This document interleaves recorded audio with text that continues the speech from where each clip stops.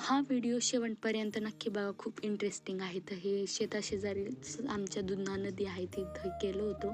तर हे बघा किती छान असे हे घरटी चिमण्यांनी बनवलेले आहे. खाली पडले होते, त्यामध्ये मी एक घेतला, कारण की घराला बांधलेला शुभ असतो. हे झाड कशाचं आहे नक्की कमेंटमध्ये सांगा, मला माहिती नाही. त्यानंतर खूप अडचणीतून आम्ही नदीकडे निघालेलो आहोत. हे पप्पांनी लावलेले करंजी आणि वेळूचे झाड आहे. वेळूला तर खूप सारे वेळू आलेले आहे खाली. त्यानंतर बाजूलाच एक रामफळाचं देखील झाड आहे, तेही मोठं झालेलं आहे. आणि ही नदी बघा आमची. तर फास्टमध्ये खाली उतरूया. आणि इथेच आमचं नदीमध्ये कडं आहे, ज्याला की खूप पाणी आलेलं आहे कालच पाऊस आल्यामुळे. आणि ही बघा किती मऊ अशी रेत वाहून आलेली आहे, त्यामध्ये मोठाले दगड नाहीच आहे. आणि हे बघा किती सारं पाणी आहे.